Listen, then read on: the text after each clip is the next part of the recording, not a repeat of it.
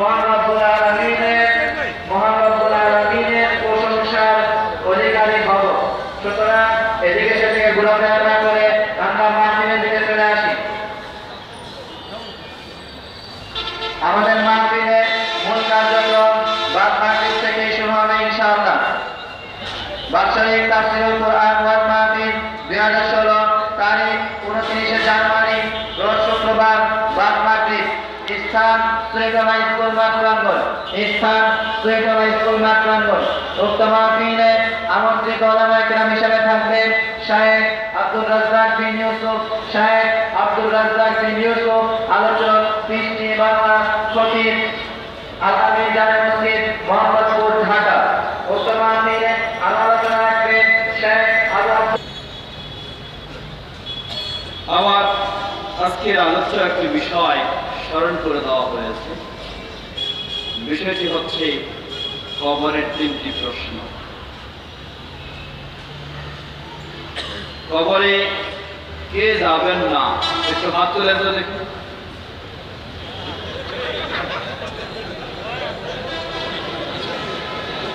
ঠিক আছে, অসুবিধা নেই। ওনারা কবরে যাবেন এই বিষয়ে একমত, কিন্তু বোঝার ক্ষেত্রে একটু দ্বিমত হয়ে গেছে, তাই ভুল করে হাত তুলে দিয়েছে। আমরা সকলেই কবরে যাব, তাই না? এটি খুব আনন্দের সংবাদ নাকি? কবরে যাওয়া আনন্দের বিষয় নয়, আমাকে যেতেই হবে। কিন্তু কথাটি শোনার সাথে সাথে আমার ভিতরে একটু ভয় আসা উচিত যে কবর হবে আপনার জন্য জান্নাতের একটি সংশ্লিষ্ট স্থান, অথবা হবে আমার জন্য জাহান্নামের একটি সংশ্লিষ্ট স্থান। আমাদের সকলের কবর যেন জান্নাতের সংশ্লিষ্ট স্থান হয়, আল্লাহ সেভাবে কবুল করে নেন। সম্মানিত দিদি, সে বিষয়কে সামনে রেখে কিছুক্ষণ কথা বলবো ইনশাআল্লাহ। যদিও একটু শারীরিকভাবে একটু ক্লান্তি বোধ করছি, কারণ গতকালকে আমাদের একটি সম্মেলন ছিল। গতকাল বলতে 26, 27 এবং 28 2 দিন মদিনাতুর রাসূল সাল্লাল্লাহু আলাইহি ওয়াসাল্লাম, সেখানে একটি বড় ধরনের কনফারেন্স ছিল। প্রায় 29টি দেশ থেকে বাছাই করা ইসলামী স্কলার যারা, তাদের নিয়েই এই কনফারেন্স অনুষ্ঠিত হলো মসজিদে নববীর পাশে মদিনাতুর রাসূল সাল্লাল্লাহু আলাইহি ওয়াসাল্লাম। বিশ্বের অন্যতম কোরআন ও সুন্নাহর আলোকে সুপ্রতিষ্ঠিত পরিচিত ইসলামী বিশ্ববিদ্যালয় মদিনা বিশ্ববিদ্যালয়ের প্রাঙ্গণেই এই 2 দিন ব্যাপী সেই কনফারেন্স অনুষ্ঠিত হল। সে 28টি দেশ, 29টি দেশের মাঝে যারা গিয়েছিলেন,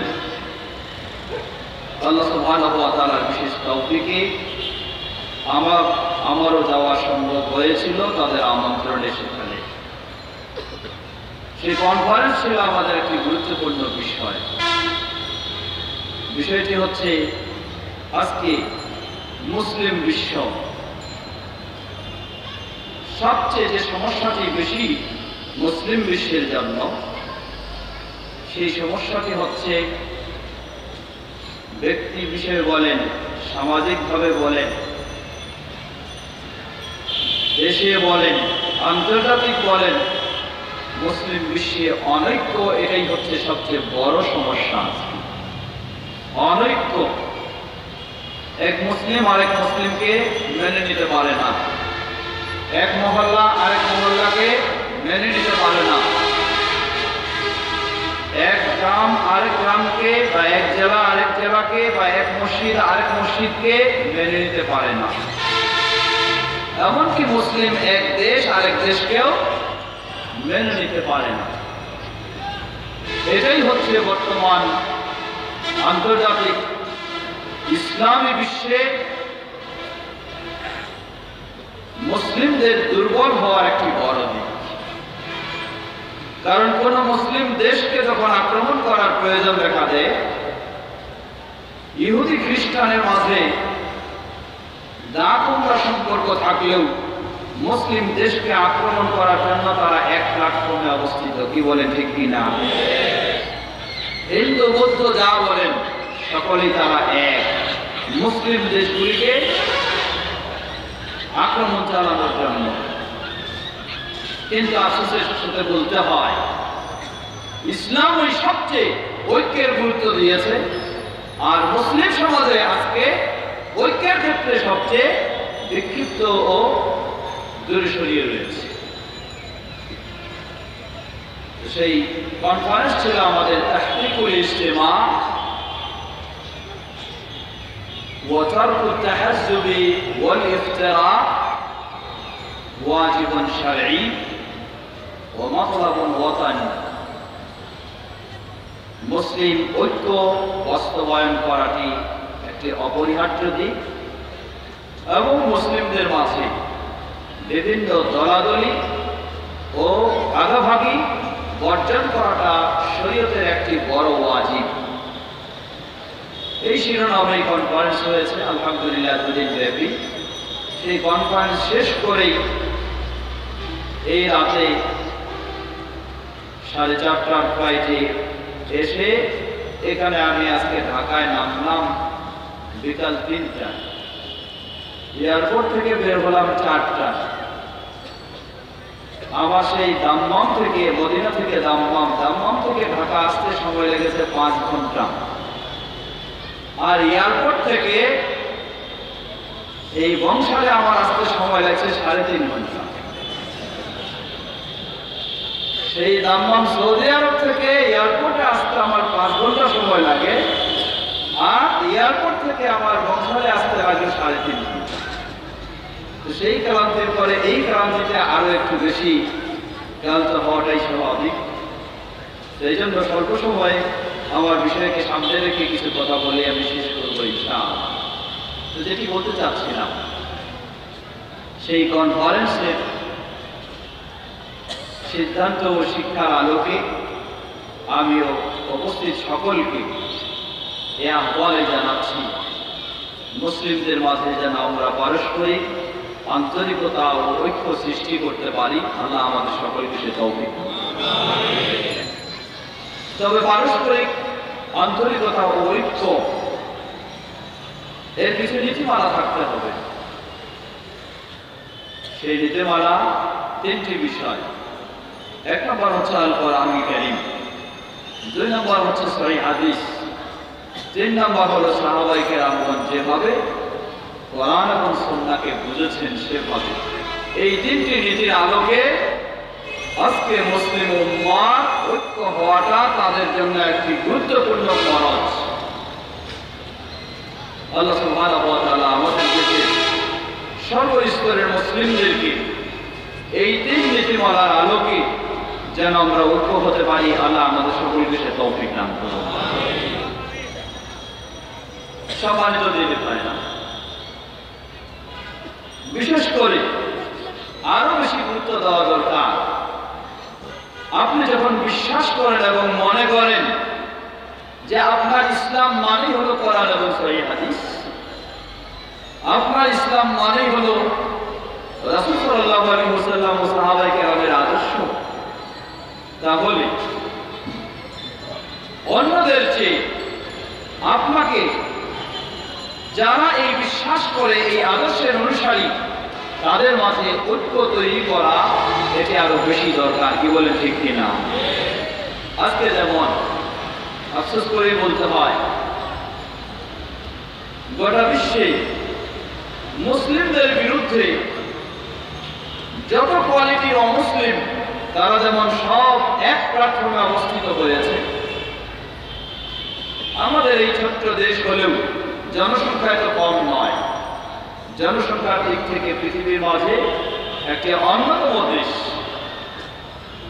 কিন্তু আমাদের এই দেশের অবস্থাও যেন এক ধরনের হয়ে গেছে, তা হলো কোরআন সহিহ হাদিসের অনুসারীদের বিরুদ্ধে বিপক্ষে যত রকমের যত পন্থী, সব পন্থীদের পরস্পরে একে অপরকে কাফের বলে মনে করলেও কোরআন সহিহ হাদিসের অনুসারীদের বিরুদ্ধে বিপক্ষে তারা আজকে সব এক হয়ে গেছেন।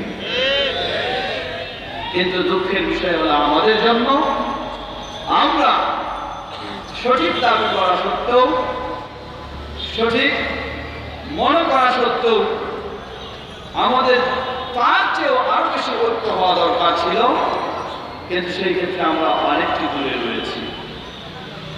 তাই আমি প্রথমে আমার নিজেকে, এই সহিহ আকীদা সকল আলেম সমাজকে এবং সকল জনসাধারণ দ্বীন ভাইদেরকে আহ্বান জানাবো, আসুন পরস্পরে যেন আমরা কোরআন সহিহ হাদিসের আলোকে, এই নীতিমালার আলোকে আমরা যেন আমাদের দ্বীনের স্বার্থে, কোরআন ও সুন্নাহর স্বার্থে, সহিহ আকীদা প্রচার প্রসারের স্বার্থে আমরা যেন আরো ঐক্য হতে পারি। আল্লাহ আমাদের সকলকে সে তৌফিক দান করুন।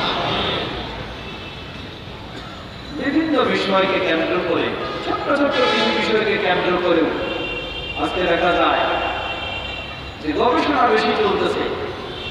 বিশেষ করে যুব সমাজ এর মাঝে এমন কিছু রয়েছেন যারা আসলে কোরআন হাদিসের যেমন দক্ষতা যোগ্যতা নেই, কিন্তু ছোট্ট কিছু খুঁটিনাটি মাসআলাকে কেন্দ্র করে এতই গভীরে গিয়ে মানুষের মাঝে বিভক্তি সৃষ্টি করার চেষ্টা করছে, এটি কখনো ভালো দিক নয়।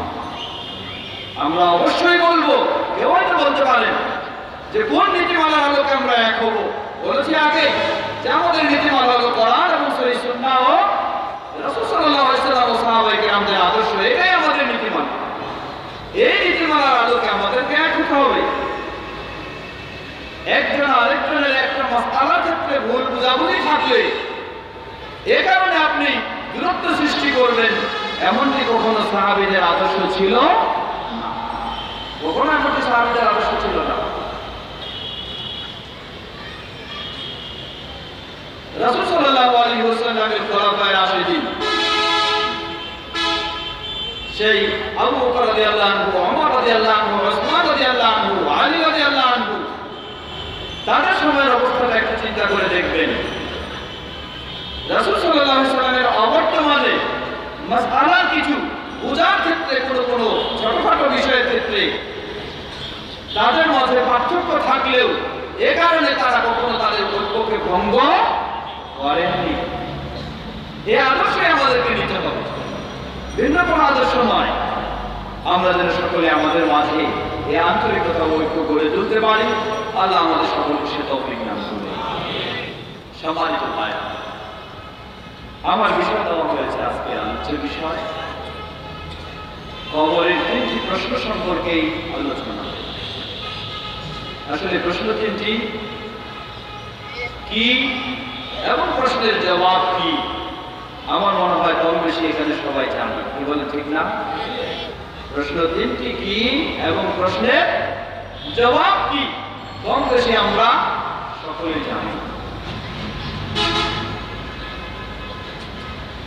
যদি সকলে কম বেশি জানি, তাহলে তো আর এই বিষয়ে আলোচনার কোনো প্রয়োজন নাই। কি বলে ঠিক কিনা? হ্যাঁ, আছে। জানি, আবার জানা বিষয় নিয়ে আলোচনা করার কি প্রয়োজন? আসুন জানা বিষয়টাকে আরেকটু স্মরণ করে দিতে চাই। জানা হয়তো রয়েছে, কিন্তু মানা হয়তো অনেকেরই নেই। কি বলে ঠিক কিনা? শুধু জানা যে কাজ হবে না, যতক্ষণ মানা না হয়, সেই মানার বিষয়গুলি একটু স্মরণ করে দিতে চাই। আল্লাহ সুবহানাহু ওয়া তাআলা সূরা ইব্রাহিম 27 নম্বর আয়াতে কবরের বিষয় সম্পর্কে একটু ইঙ্গিত দিয়েছেন। ইসাব্বিতুল্লাহু আল্লাযীনা আমানু বিল কওলি সাবিতি ফিল হায়াতিদ দুনিয়া ওয়া ফিল আখিরাহ।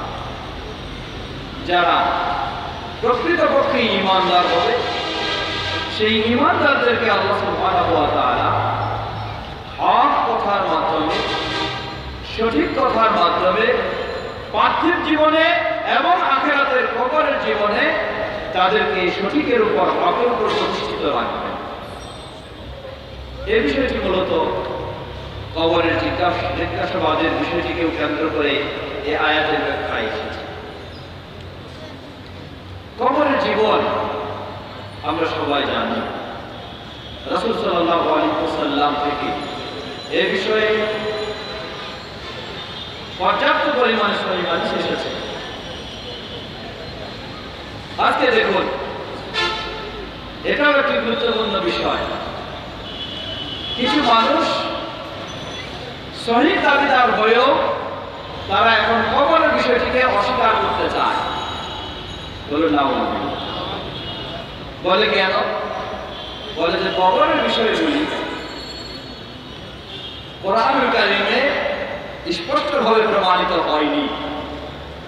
কবরের বিষয় যদি কোরআনুল কারীমে প্রমাণিত না হয়, ইসলামের মূলেই হলো কোরআনুল কারীম, সুতরাং কবরের বিষয়গুলির প্রতি বিশ্বাস করা যাবে না। এই আকীদা, এই বিশ্বাস কিছু মানুষের মাঝে রয়েছে এবং তারা এটাকে সর্বত্র ছড়িয়ে দেওয়া সর্বোচ্চ সংগ্রাম করে যাচ্ছে। এই শ্রেণীগুলি আবার কয়েক ভাগে বিভক্ত। এক ভাগ যারা বলেন যে ইসলাম মানে শুধু কোরআন হাদিস আমরা মানি না, এমন এক শ্রেণী রয়েছে। ইসলাম মানে শুধু কোরআন হাদিস মানি না, আর কোরআনে কবরের শাস্তি শান্তির বিষয়গুলি স্পষ্ট নেই, সুতরাং এই বিষয়টিকে অস্বীকার করে। আরেক পক্ষ তারা বলে হাদিস মানি, কিন্তু কোরআন ও হাদিসের মাঝে যদি কোনো সামঞ্জস্য খুঁজে না পাওয়া যায়, তাহলে হাদিসে প্রমাণিত হলেও সেই বিষয়গুলি গ্রহণ করা যাবে না।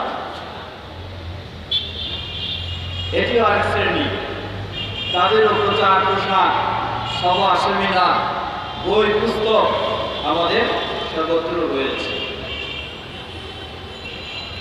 এই কয়েক শ্রেণী তারা তাদের এই সমস্ত চিন্তা চেতনার আলোকে কবর আযাবকে তারা অস্বীকার করতে চান। আমরা স্পষ্টভাবে বলব, আল্লাহ সুবহানাহু ওয়া তাআলা কবর এর বিষয়গুলিকে কোরআন এবং সুন্নাহর মাধ্যমে আল্লাহ রাব্বুল আলামিন প্রমাণিত করেছেন। কোরআনুল কারীমে যেমন মুমিনদের ক্ষেত্রে সূরা ইব্রাহিমের ২৭ নম্বর আয়াতে বলেছে, ঠিক তেমনভাবে অমুসলিমদের ক্ষেত্রে ফেরাউন এবং তার অনুসারীদের ক্ষেত্রেও আল্লাহ রাব্বুল আলামিন কোরআনুল কারীমে কবরের শাস্তির বিষয়গুলো নিয়ে আলোচনা করেছেন। এটি হলো প্রত্যক্ষভাবে। পরোক্ষভাবে আল্লাহ সুবহানাহু ওয়া তাআলা কোরআনুল কারীমে বলেন, ওয়ামা আতাকুমুর রাসূলু ফাখুযুহু ওয়ামা নাহাকুম আনহু ফান্তাহু। তোমাদেরকে রাসূল যা দিয়েছেন তা তোমরা গ্রহণ করো, আর রাসূল যা তোমাদেরকে নিষেধ করেছেন তা থেকে তোমরা বিরত থাকো। তাহলে রাসূল সাল্লাল্লাহু আলাইহি ওয়াসাল্লাম থেকে সহিহ বুখারী, মুসলিম এবং আবু দাউদ, তিরমিজি, নাসাঈ ইত্যাদি সহিহ হাদিসগুলিতে অসংখ্য বর্ণনা এসেছে কবরের আযাব এবং কবরের শাস্তি বিষয়। সেগুলি দিয়েছেন কে? আল্লাহ রাসূল। কে দিয়েছেন? রাসূল সাল্লাল্লাহু আলাইহি ওয়াসাল্লাম দিয়েছেন। আর আল্লাহ সুবহানাহু ওয়া তাআলা কোরআনে বললেন যে রাসূল যা তোমাদেরকে দিয়েছেন তা তোমরা গ্রহণ করো না বর্জন করো? গ্রহণ করো। তাহলে কবরের বিষয়গুলি কোরআনের নির্দেশের আলোকে আপনাকে অবশ্যই গ্রহণ করতে হবে, বর্জন করার কোনো সুযোগ নেই। সর্বোপরি আপনি যদি নিজেকে মুমিন বলে দাবি করতে চান, তাহলে আপনাকে কবরের বিষয়গুলি কোরআন এবং সহিহ হাদিসে যেভাবে বর্ণনা এসেছে আপনাকে সেভাবেই মেনে নিতে হবে। একটি বিষয় মনে রাখতে হবে যে কবরের বিষয়টা এটাও মূলত গায়বী বিষয়ের অন্তর্ভুক্ত। এটাও হচ্ছে গায়বী বিষয়ের অন্তর্ভুক্ত। সুতরাং অন্যান্য বিষয়গুলি বাহ্যিকভাবে আপনি দেখে পেয়ে যেমন ভাবে আপনি বিশ্বাস করবেন, কবরের বিষয়টি যেমন সম্ভব নয়। আখিরাতের জান্নাত ও জাহান্নামের বিষয়গুলি যেমন আপনি শুধু শুনেই বিশ্বাস করবেন, কবরের বিষয়গুলি আপনাকে তেমনই হবে কোরআন এবং সহিহ হাদিসের বর্ণনা শুনে আপনাকে বিশ্বাস করতে হবে। এই বিষয়টি আপনাকে মনে রাখতে হবে। আল্লাহ রাসূল সাল্লাল্লাহু আলাইহি ওয়াসাল্লাম কবরের বর্ণনা দিতে গিয়ে বিভিন্নভাবে বর্ণনা দিয়েছেন। কোন একজন মানুষকে যখন মারা যাওয়ার পরেই তাকে তার কবরে দাফন করা হয়। বিস্তারিত বর্ণনা যাচ্ছি না, আমার মূল বিষয় হলো 3টি প্রশ্ন, সেইগুলির কথা বলবো। রাখার পরে আল্লাহর পক্ষ থেকে দায়িত্বশীল ফেরেশতা এসে যান, এসে এই 3টি প্রশ্ন করেন। যদি সে প্রশ্নের জবাব সঠিকভাবে দিতে পারে, ফায়ুনাজি মুনাজিম মিনাস সামা, এই 3টি প্রশ্নের সঠিক জবাব দিতে পারলেই ঊর্ধ্ব জগৎ থেকে ঘোষণা এসে যায়, সাদাকা আবদি ফাআফরিশু লাহু মিনাল জান্নাহ ওয়া আলবিসুহু মিনাল জান্নাহ ওয়াফতাহু লাহু বাবান ফিল জান্নাহ ইলাল জান্নাহ। যখন এই 3টি প্রশ্নের জবাব দিতে পারে, ঊর্ধ্ব জগৎ থেকে ঘোষণা এসে যায়, আল্লাহ বলেন আমার বান্দা যা জবাব দিয়েছে সত্যই জবাব দিয়েছে, সুতরাং প্রতিদান হিসাবে তার জন্য তার কবরে জান্নাতের বিছানা তোমরা তার কবরে বিছিয়ে দাও। ওয়ালবিসুহু মিনাল জান্নাহ, এবং তাকে জান্নাতের পোশাক তার গায়ে পরিয়ে দাও। ওয়াফতাহু লাহু বাবান ইলাল জান্নাহ, এবং তার কবরটা জান্নাতের সাথে একটি দরজা সংযুক্ত করে দাও। সুবহানাল্লাহ। এরপরে আবার নির্দেশ দেওয়া হবে, তার কবরটিকে সুপ্রশস্ত করে দাও, তার দৃষ্টি যতদূর যায় ততদূর পর্যন্ত তার কবরটাকে সুপ্রশস্ত করে দাও। সুবহানাল্লাহ।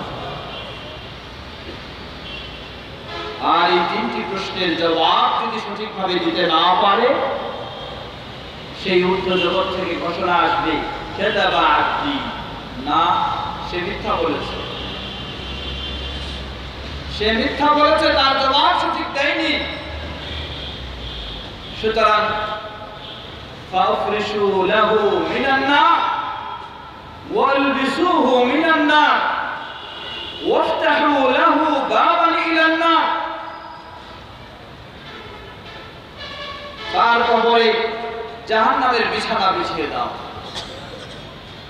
তার শরীরে জাহান্নামের কাপড় তাকে পরায় দাও, এবং তার কবরটাকে জাহান্নামের সাথে দরজা দিয়ে সংযুক্ত করে দাও, এবং তার কবরটাকে এত সংকীর্ণ করে দাও যেন তার এক পাঁজর অপর পাঁজরের ভিতরে ঢুকে যায়, এমন সংকীর্ণ করে দাও। প্রিয় ভাইরা, এটি কোনো কাহিনীর কথা নয়, এটি কোনো গল্পের কথা নয়, কোনো উপন্যাসের কথা নয়। এ কথা হলো পৃথিবীর বুকে মানব জাতির মাঝে সর্বশ্রেষ্ঠ সত্যবাদী যিনি, যার কথাগুলি হচ্ছে স্বয়ং আল্লাহ সুবহানাহু ওয়া তাআলার পক্ষ থেকে সেই নবী মুহাম্মদ সাল্লাল্লাহু আলাইহি ওয়াসাল্লামের কথা। আপনি যদি সত্যি মুসলিম হন, তাহলে আপনাকে এই বিষয়টি বিশ্বাস করে আপনার কবরটাকে কিভাবে সেখানে জান্নাতের বিছানা হবে, কিভাবে আপনার পোশাক জান্নাতের হবে, কিভাবে আপনার কবর জান্নাতের সাথে সংযুক্ত করে দেওয়া হবে, সেই চিন্তা, সেই চেষ্টা, সেই প্রস্তুতি আপনার গোটা জীবনের প্রতিটি মুহূর্তে নেওয়ার চেষ্টা করতে হবে। এই বিশ্বাসের সাথে সাথে আপনাকে সেই ভয় পেতে হবে, আপনার মাঝে সেই ভয় থাকতে হবে যে আমার সেই কবরে যেন জাহান্নামের বিছানা না বিছানো হয়, আমার গায়ে যেন জাহান্নামের পোশাক না পরানো হয়, আমার কবরটাকে যেন জাহান্নামের সাথে দরজা দিয়ে সংযুক্ত করে দেওয়া না হয়। সেই ভয়ে আতঙ্কিত হয়ে আপনাকে সবসময় সেই অন্যায় থেকে কিভাবে বাঁচা যাবে সেই চেষ্টা আপনাকে করতে হবে। যখন বাস্তব আপনার জীবনে এই পদক্ষেপ থাকবে, তাহলে সত্যি আপনি এইগুলির প্রতি বাস্তবে বিশ্বাসী বলে প্রমাণিত হবেন। আর যদি এমন হয়, শুনলাম গল্পের মতো, শুনলাম কাহিনীর মতো, শুনলাম উপন্যাসের মতো, কোনো চিন্তা নেই, কোনো ব্যবস্থা নেই, কোনো পদক্ষেপ নেই, তাহলে এই চিন্তা দিয়ে, এই অবস্থা দিয়ে কোনোদিন কবরের আযাব থেকে মুক্তি সম্ভব নয়। কবরের শাস্তিগুলি স্পষ্টভাবে আল্লাহ রাসূল সাল্লাল্লাহু আলাইহি ওয়াসাল্লাম ঘোষণা দিয়েছেন। তিনি দুটি কবরের পাশ দিয়ে যাচ্ছিলেন। আজকে আমাদের সমাজের অবস্থা দেখুন, দুই কবরের পাশ দিয়ে যাচ্ছিলেন, তাকে জানানো হলো যে এই কবর দুটিতে কবরবাসীকে আযাব দেওয়া হচ্ছে। কি বিষয়ে আযাব দেওয়া হচ্ছে সেটাও তাকে জানানো হলো। তিনি তার সাহাবীদেরকে সংবাদ দিয়ে দিলেন যে এই কবর দুটিতে আযাব দেওয়া হচ্ছে তাদেরকে দুটি কারণে। একটি কারণ হলো একজন ইয়ামশি বিন নামিমা, তার কবরে শাস্তি হচ্ছে, সে মুসলিম বটে কিন্তু তার কবরে আযাব হচ্ছে। কেন? ইয়ামশি বিন নামিমা, তার স্বভাবটাই ছিল একজনের কথা শুনে আরেকজনের কাছে গিয়ে জড়িয়ে দিবে, একজনের কথা শুনে আরেকজনের কাছে একটা বিশৃঙ্খলা সৃষ্টির জন্য, এটাই ছিল তার স্বভাব। আজকে লক্ষ্য করে দেখুন, আমাদের সেই জাতীয় পর্যায় থেকে শুরু করে ঘর পর্যায় পর্যন্ত সকলের মাঝে এই স্বভাবগুলি রয়েছে। কি বলে ঠিক কিনা? আপনি যদি কবরে আযাব থেকে বাঁচতে চান তাহলে আজকে, অতীতে যদিও শুনেছেন, কমপক্ষে আজকে এই কথাটি স্মরণ হওয়ার পরে আপনাকে তওবা করতে হবে অতীতের জন্য এবং ভবিষ্যতের জন্য এই প্রতিজ্ঞাবদ্ধ হতে হবে আপনার দ্বারা যেন কখনো এই স্বভাবগুলি কখনো না হতে।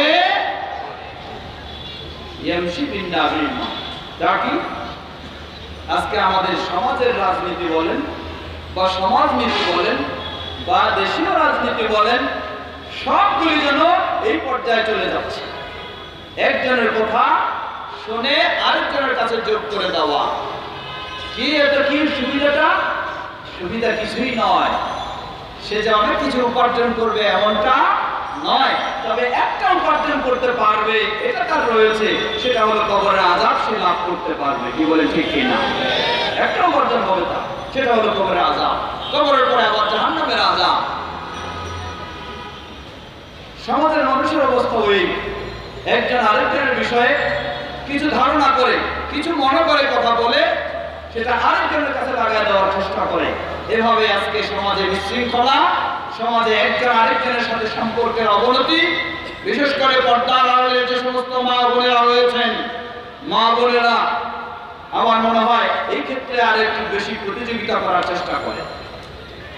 কিভাবে একজনের কথাগুলি আরেকজনের কাছে জড়িয়ে দেওয়া যায়। জেনে নিন, জাহান্নামের শাস্তির আগে আপনার কবরে এই শাস্তি ভোগ করতে হবে এই স্বভাবটি থাকার কারণে।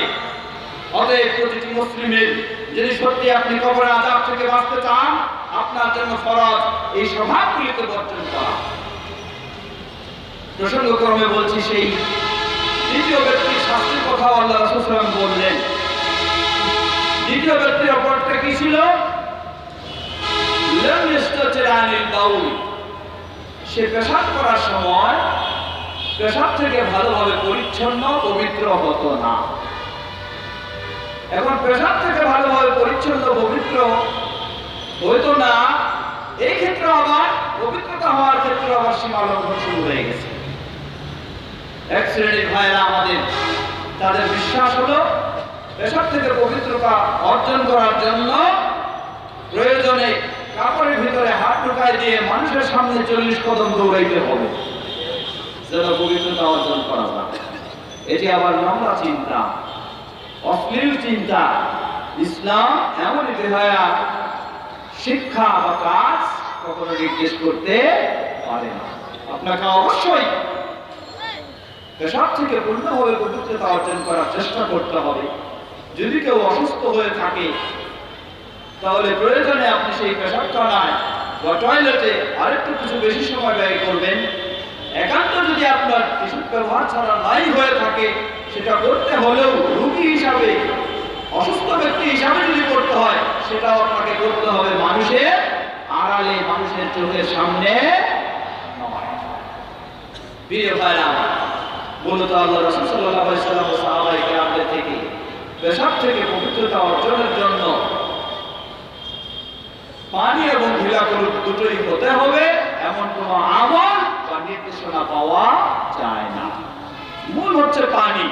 পানি দিয়ে যথেষ্ট হয়ে গেলে আলহামদুলিল্লাহ পানির বর্তমানে আপনি ঢিলা কলুপ ব্যবহার করেও পবিত্রতা অর্জন করতে পারবেন। ইসলামে এমনও ব্যবস্থা রয়েছে, কিন্তু যদি করতে হবে আপনাকে ইসলাম এমন নির্দেশ দেয়নি। সে মাসআলার দিকে যাচ্ছি না। আসুন, কবরে আযাব হয়ে থাকে এমন অসংখ্য দিক রয়েছে, অসংখ্য অন্যায় বা অসংখ্য বিষয় রয়েছে যার কারণে আযাব, সেদিকে যাচ্ছি না। আমার বিষয় হলো কবরের প্রশ্ন। কয়টি প্রশ্ন বলেছিলাম আমরা? সবাই জানি আল্লাহ সুবহানাহু ওয়া তাআলা দেখুন বান্দার প্রতি তিনি কত দয়াশীল। কবরে আপনাকে কি জিজ্ঞাসা করা হবে এবং এর উত্তর কি হবে সব আল্লাহ সুবহানাহু ওয়া তাআলা অগ্রিম সব জানাই দিয়েছেন। বলুন আলহামদুলিল্লাহ। আল্লাহ বান্দার প্রতি কত দয়াশীল, কত অনুগ্রহ করেছেন বান্দাকে, যেন বান্দা সেই প্রশ্নগুলো জানতে পারে এবং প্রশ্নের জবাবও সঠিকভাবে দিতে পারে। সেই প্রস্তুতি যেন তার দুনিয়ার জীবনে হয়ে যায়, এজন্য আল্লাহ সুবহানাহু ওয়া তাআলা বান্দার প্রতি দয়াশীল হয়ে এই সুযোগ করে দিয়েছেন। আবার বলি আলহামদুলিল্লাহ। সেটা আপনাকে মনে রাখতে হবে কিভাবে আপনি সেই প্রশ্নের জবাবগুলি দিতে পারবেন, সেই প্রস্তুতি যোগ্যতা আপনাকে আপনার জীবনে অর্জন করতে হবে। প্রথম প্রশ্ন, ওয়ামান রাব্বুকা, মান রাব্বুকা, তোমার রব কে? আপনি যদি আপনার রবকে দুনিয়ার জীবনে চেনার চেষ্টা না করেন, দুনিয়ার জীবনে রবের সাথে আপনি সম্পর্ক গড়ে তুলতে না পারেন, তাহলে আপনি আল্লাহ আপনার রব এই প্রশ্নের জবাব দেওয়া আপনার জন্য সম্ভব হবে। সুতরাং করণীয় কি? করণীয় জীবনের যে কোনো মুহূর্তে আপনি যেন রবকে চিনতে পারেন। তা কিভাবে? আপনি ব্যবসায় রয়েছেন, সেখানে আপনাকে রবের কথা মনে রাখতে হবে। আপনার রব কোন পদ্ধতিতে ব্যবসা করার অনুমতি দিয়েছেন আর কোন পদ্ধতিতে আপনার ব্যবসা নিষিদ্ধ করেছেন, আপনাকে এই বিষয়টি মনে রাখতে হবে। আপনি রব্বি আল্লাহ, আমার রব আল্লাহ, এই উত্তর যদি আপনি হাজারোবার প্রতিদিন আপনি মুখস্থ করে থাকেন, কিন্তু বাস্তবে আপনি আল্লাহকে মেনে না চলেন, তাহলে জেনে নিন কবরে আপনার রব্বি আল্লাহ এই জবাব দেওয়া সম্ভব হবে।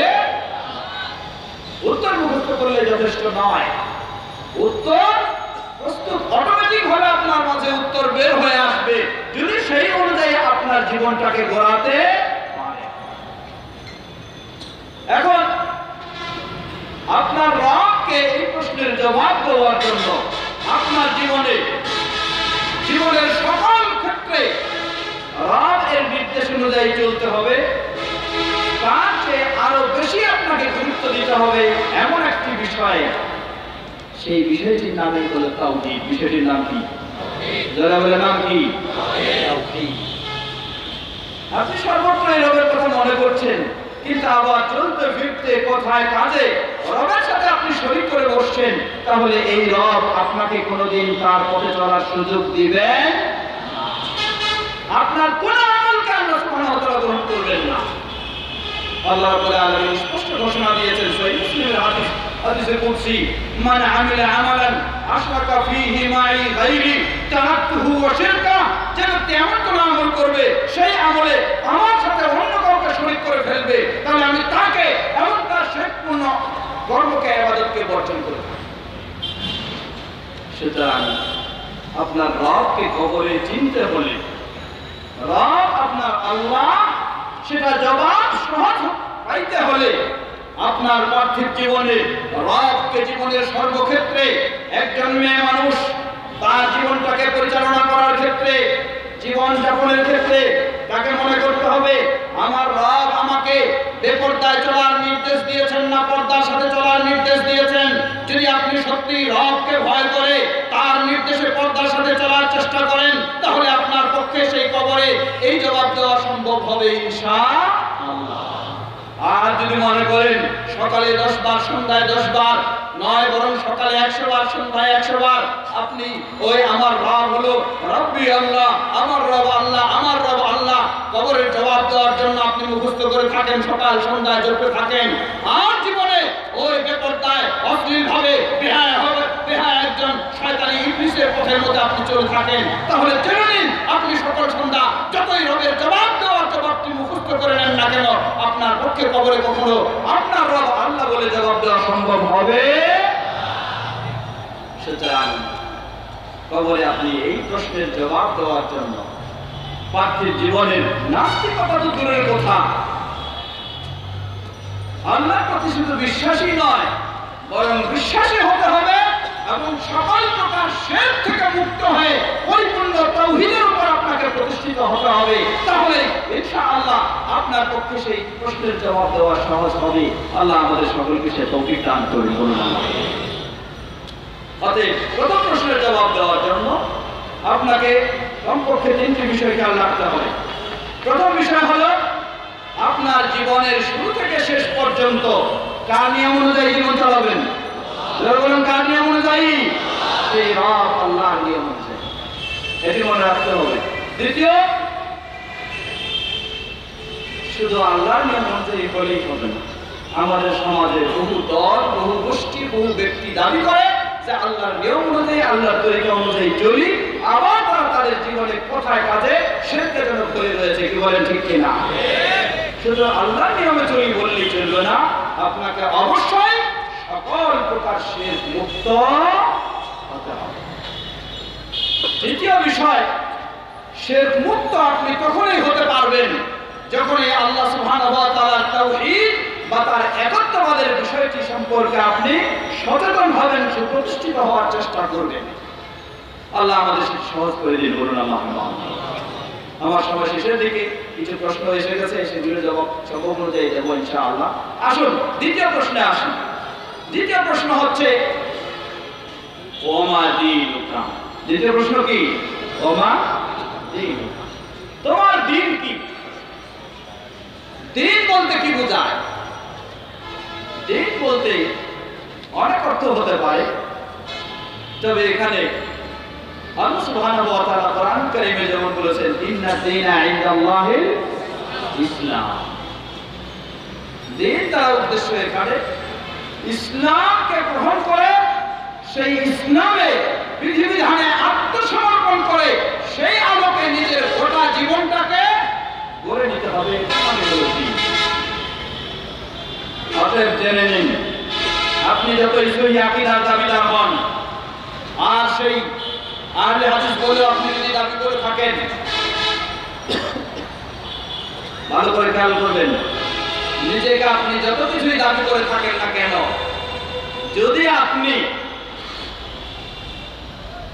আল্লাহর জীবন ব্যবস্থাকে বাদ দিয়ে মানব রচিত জীবন ব্যবস্থাকে আপনি মেনে নিয়ে থাকেন এবং সেটাতে বিশ্বাসী হয়ে থাকেন, আল্লাহর জীবন ব্যবস্থাকে বাদ দিয়ে মানব রচিত মানুষের তৈরি করা, চাই এদেশের হোক বা ভিন্ন দেশ থেকে আসা হোক, সেই মানব রচিত জীবন ব্যবস্থার আলোকে যদি আপনার জীবনকে পরিচালনা করেন, সেটার প্রতি যদি আপনি বিশ্বাসী হয়ে থাকেন, প্রতিদিন সকাল সন্ধ্যা 1000 করেও 1012 যদি আমার দিন হলো ইসলাম, আমার দিন ইসলাম এই বলে আপনি তাসবিহ জপে থাকেন, জেনে নিন আপনার পক্ষে আপনার দিন ইসলাম বলে কিয়ামতে কখনো কবরে কখনো জবাব দেওয়া সম্ভব হবে?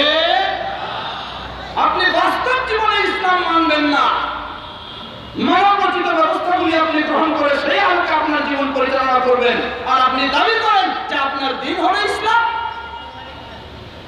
আপনি মনে করেন মসজিদে গেলে আপনার দিন হলো ইসলাম, আর স্কুলে গেলে আপনার দিন আর সেখানে ইসলাম নাই, এখানে যদুমধু এই দিন তৈরি করে দিয়েছে সেটাই হলো আপনার ইসলাম, সেটাই হলো আপনার দিন। তাহলে জেনে নিন কবরে ওই প্রশ্নের জবাব দেওয়া আপনার পক্ষে সম্ভব নয়। সুতরাং প্রিয় ভাইরা, শুধু জন্মগত মুসলিম হিসাবে দাবি করলে নয়, জন্মগত সহিহ আকীদার দাবি করলে নয়, আপনাকে বাস্তবে আপনার জীবনে আল্লাহর দেওয়া যে দিন, সেই দিনের আলোকে আপনার গোটা জীবনকে পরিচালনা যদি না করতে পারেন, তাহলে কখনোই আপনার পক্ষে কবরে আপনার দিন ইসলাম এই জবাব দেওয়া সম্ভব হবে। সহজ কথা। এখন মানব রচিত দিন বলতে কি বোঝায়? আমাদের দেশে মানব রচিত দিন বলতে কয়েক ধরনের রয়েছে। কতগুলি রয়েছে? যেগুলি সরাসরি স্পষ্ট, যার ইসলামের সাথে কোনো সম্পর্ক নাই। এটা সবাই সরাসরি স্পষ্ট সবাই জানে। আবার কতগুলি রয়েছে যেগুলি ইসলামের নাম দিয়ে আমাদের সমাজে চলছে, যেগুলি ইসলামের নাম দিয়ে আমাদের সমাজে চলছে। একজন পীর সাহেবের মুরিদ, তিনিও দিন মানেন। একজন পীর সাহেবের মুরিদ, তিনিও দিন মানেন। তার দিন কি? ওই সেই মানব রচিত জীবন ব্যবস্থার যে দিন, সেই দিন আর পীর সাহেবদের তৈরি করে দেওয়া কোরআন সুন্নাহর পরিপন্থী দিন, দুটোর মাঝে সামান্যতম পার্থক্য নেই, একই অবস্থা। আমি ধরে নেন একজন মানুষ, সে ব্যক্তি ইসলামের অনুসারী নয় বলে দাবি করেন, আরেকজন ব্যক্তি ইসলামের অনুসারী বলে দাবি করেন। সামনে রয়েছে কোরআন এবং সহিহ হাদিস। এই কোরআন এবং সহিহ হাদিসকে বাদ দিয়ে যিনি ইসলামের অনুসারী না বলে ঘোষণা দিয়েছেন, তিনি যদি কোরআন সহিহ হাদিসের পরিপন্থী একটা নিয়ম তৈরি করে দেন, আর যিনি ইসলামের অনুসারী বলে দাবি করেন, সামনে কোরআন এবং হাদিসকে বাদ দিয়ে নিজের ইচ্ছা মতো যদি ইসলামের নাম কোন একটা নিয়ম তৈরি করে দেয়, দুটোর মাঝে কোনো পার্থক্য আছে? কোনো পার্থক্য থাকবে? কোনো পার্থক্য থাকবে না, একই বিষয়। এই জন্য আজকে দেখুন আমাদের সমাজে একটি আয়াত নিয়ে অনেক আলোচনা করেন। আল্লাহ সুবহানাহু ওয়া তাআলা সূরা মায়েদায় সেই আয়াতটিকে তিনবার ব্যবহার করেছেন, তিন ভাবে। আল্লাহ রাব্বুল আলামিন বলেন, মান লাম ইয়াহকুম বিমা আনজালাল্লাহ ফাউলাইকা হুমুল কাফিরুন উলাইকা হুমুল ফাসিকুন উলাইকা হুমুল যালিমুন উলাইকা হুমুল ফাসিকুন। তিনবার আল্লাহ সুবহানাহু ওয়া তাআলা তিন শব্দ ব্যবহার করেছেন, কিন্তু প্রথম অংশটুকু এক, মান লাম ইয়াহকুম বিমা আনজালাল্লাহ, যে কি করবে না, সিদ্ধান্ত নেবে না, ফয়সালা করবে না, কি দিয়ে? আল্লাহ যা নাযিল করেছেন সেটাকে।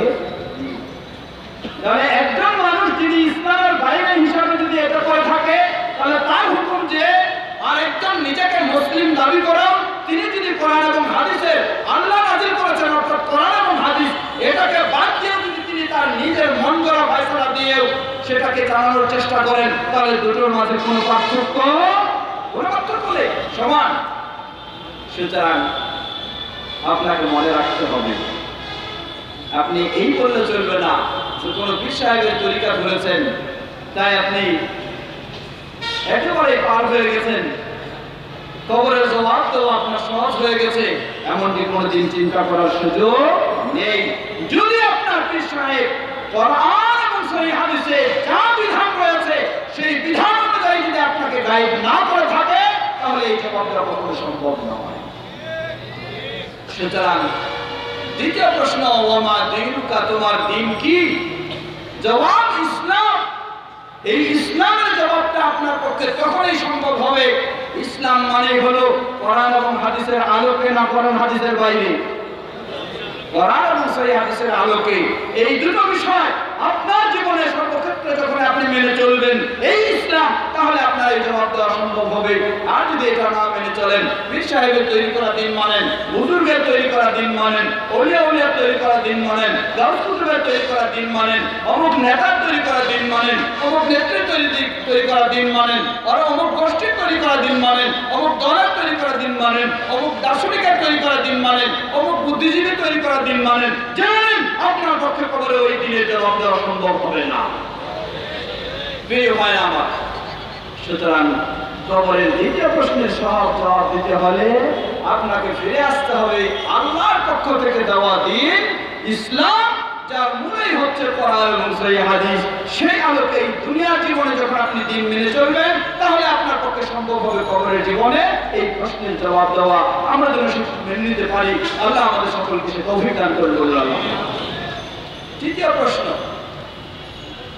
ওমান হাযা রাজুল আও ওমান নাবিয়ুকা, তোমার নবী কে? অথবা বলা হবে এই লোকটাকে। জবাব, এই লোকটা আমার পীর সাহেব। হ্যাঁ, কি জবাব?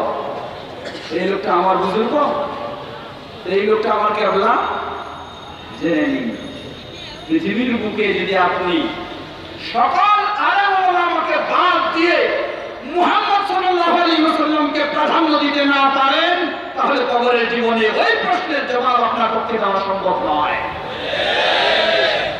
পৃথিবীর জীবনে জীবিত থাকা অবস্থায় ইসলামের কোন আদর্শের ক্ষেত্রে, কোন বিধিবিধানের ক্ষেত্রে, আপনার কোন আচার আচরণের ক্ষেত্রে অনুসরণের জন্য আপনি যখন বেছে নিয়েছেন মুহাম্মদ সাল্লাল্লাহু আলাইহি ওয়াসাল্লামকে, যে কোনো বিষয়ে আপনাকে বলা হবে এই বিষয়ে আকীদা কি, আপনি বলবেন মুহাম্মদ সাল্লাল্লাহু আলাইহি ওয়াসাল্লাম যা বলেছেন তাই।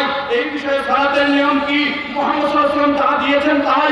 এই বিষয়ে যাকাতের নিয়ম কি, মুহাম্মদ সাল্লাল্লাহু আলাইহি ওয়াসাল্লাম যা দিয়েছেন তাই। এই বিষয়ে পর্দার নিয়ম কি, মুহাম্মদ সাল্লাল্লাহু আলাইহি ওয়াসাল্লাম যা দিয়েছেন তাই। এই বিষয়ে যাকাতের নিয়ম কি, মুহাম্মদ সাল্লাল্লাহু আলাইহি ওয়াসাল্লাম যা দিয়েছেন তাই।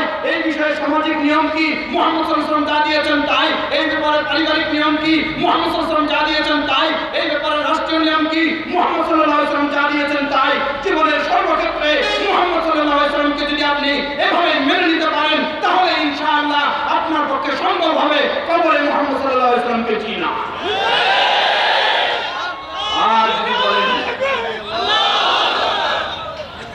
আর যদি আপনি বলেন যে ঠিক আছে হাদিসে আছে বুঝলাম, কিন্তু আমার পীর সাহেব বাবাজি তো এইটা বলেননি তাই মানতে পারলাম না, জেনে নিন মুহাম্মদ সাল্লাল্লাহু আলাইহি ওয়াসাল্লামকে চিনা আপনার পক্ষে সম্ভব হবে। সামান্য ছোট্ট একটা বিষয় শুনে নিন। সহিহ বুখারীর হাদিস, আল্লাহ রাসূল সাল্লাল্লাহু আলাইহি ওয়াসাল্লাম বলেন, ইন্নী ফারাতুকুম আলাল হাউদ, হে আমার উম্মতেরা জেনে নাও তোমাদের জন্য আমি আগেই আমার সেই হাউদের কাছে গিয়ে অপেক্ষা করব তোমাদেরকে স্বাগতম জানানোর জন্য। আলহামদুলিল্লাহ, আমার কাছে দলে দলে মানুষেরা আসবে, আমি তাদেরকে চিনব, তারা আমার উম্মাহ, আমি তাদেরকে চিনব, তারা আমাকে চিনবে, আমি তাদের নবী। দলে দলে এসে এই হাউস থেকে পানি পান করে যাবে।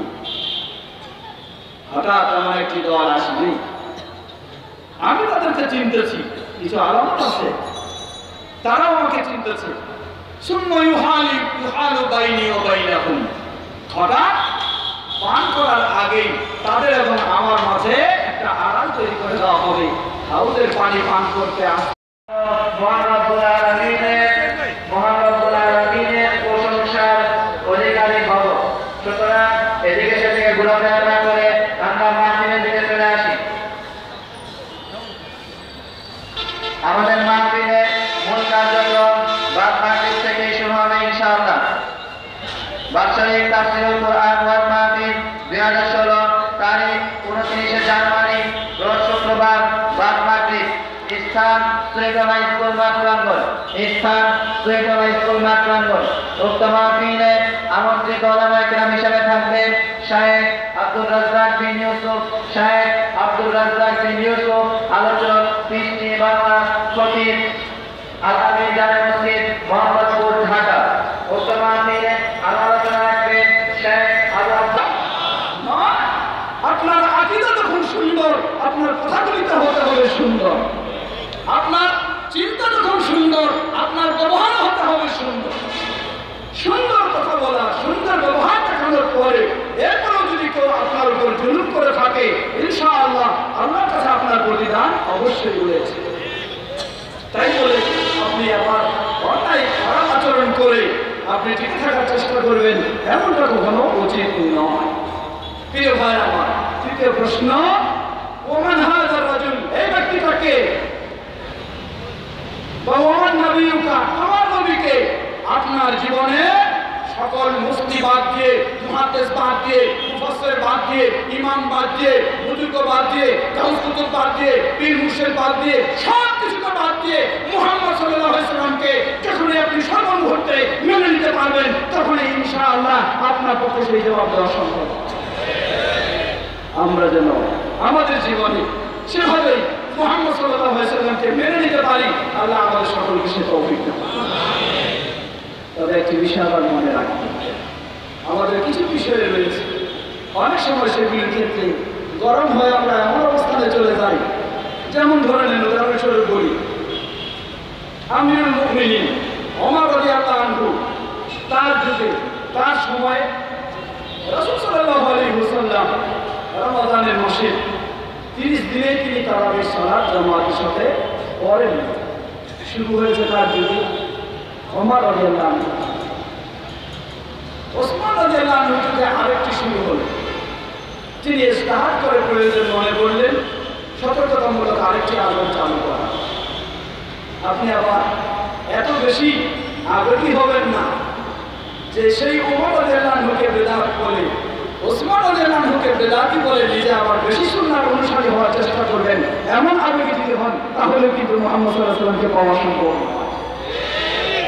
আপনাকে অবশ্যই অত্যন্ত গুরুত্ব দিয়ে আবার অত্যন্ত সচেতনতা ও সতর্কতার সাথে অবস্থান করতে হবে। আল্লাহ রাসূল সাল্লাল্লাহু আলাইহি ওয়াসাল্লাম সেই বিষয়গুলোর কথা বলছি না, আপনাকে অবশ্যই মনে রাখতে হবে। তিনি ওই হাদিসে বললেন, সাতাফতারিকু উম্মতি ইলা 73 ফিরকা কুল্লুহা ফিন-নার ইল্লা ওয়াহিদা। আমার উম্মত 73 দলে বিভক্ত হয়ে সবাই যাবে জাহান্নামে, একটি ব্যতীত।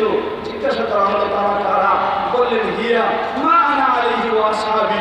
এরা হলো তারা যেখানে রয়েছে কারা? শুধু নবী সাল্লাল্লাহু আলাইহি ওয়াসাল্লাম বললেন যে আমি এবং আমার সাহাবায়ে কেরামের আদর্শ এই অনুযায়ী যারা থাকবে।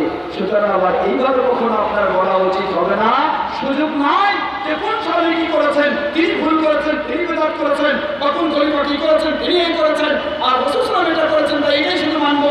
এই ধরনের সীমা লঙ্ঘন করার কোনো অনুমতি নাই। কারণ বিশেষ করে খোলাফায়ে রাশিদিন, সাহাবায়ে কেরাম, তাদের কোনো বিষয় কোন আহলুস সুন্নাহ ওয়াল জামাতের অনুসারী যে হবে তার মুখ দিয়ে সেই সাহাবী ও খলিফা তাদের বিষয়ে সামান্য বিন্দু পরিমাণও অনীহা ভাব প্রকাশ করতে পারে এমন ধরনের কথা বের হতে পারে। স্পষ্ট বলবে কোন সাহাবীর কাছে যদি কিছু বেশি লেগে থাকে কেউ, তিনি সহজভাবে বলবেন যে আল্লাহ রাসূল সাল্লাল্লাহু আলাইহি ওয়াসাল্লামের কাছে এই ছিল, এতটুকুই আমরা মানবো, সেটি ছিল না তাই মানবো না, এভাবে আপনি বলতে পারেন।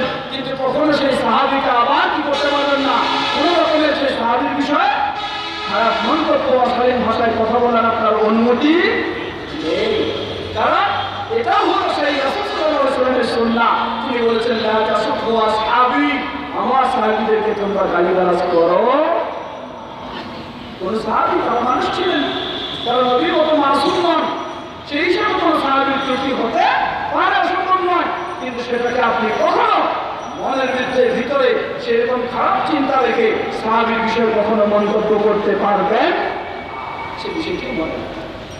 প্রিয় ভাইরা আমার, আসুন কবরে সেই দ্বিতীয় প্রশ্নের জবাব দেওয়ার জন্য আমাদের পার্থিব জীবনে এই প্রস্তুতি থাকতে হবে। আমরা যেন এই প্রস্তুতি থাকতে হবে, আমরা যেন জীবনের সর্বক্ষেত্রে যেভাবে তিনি বলেছেন, লা ইউমিনু আহাদুকুম হাত্তা আকুনা আহাব্বা ইলাইহি মিন ওয়ালিদিহি ওয়া ওয়ালাদিহি ওয়ান নাসি আজমাইন। তোমাদের মাঝে কেউ পরিপূর্ণ ঈমানদার হতে পারে না যতক্ষণ না আমি তার কাছে তার কলিজার টুকরা সন্তান, তার শ্রদ্ধার পাত্র বাবা মা, পৃথিবীর সকল মানুষ, তবে পীর মুর্শিদ বাদ দিয়ে, তাই না? নবী সাল্লাল্লাহু আলাইহি ওয়াসাল্লাম বলেছেন, তোমার স্নেহের পাত্র সন্তান, শ্রদ্ধার পাত্র বাবা মা সহ পৃথিবীর সকল মানুষেরকে যতক্ষণ না তোমার কাছে আমি প্রিয় হতে পারবো ততক্ষণ পর্যন্ত তুমি মুমিন হতে পারবে না। এখানে শুধুমাত্র ছাড় রয়েছে পীর মুর্শিদদের, তাই না? তাদেরকে একটু বেশি ভালোবাসা যাবে, হ্যাঁ, বেশি ভালো মনে করা যাবে। এই জন্যই তো পীর সাহেবের মুরিদরা কি করে থাকেন, আল্লাহ রাসূল কি বললেন না বললেন ভ্রুক্ষেপ করার প্রয়োজন নাই, পীর সাহেব কি বলেছেন সেটা আমাকে দেখতে হবে না।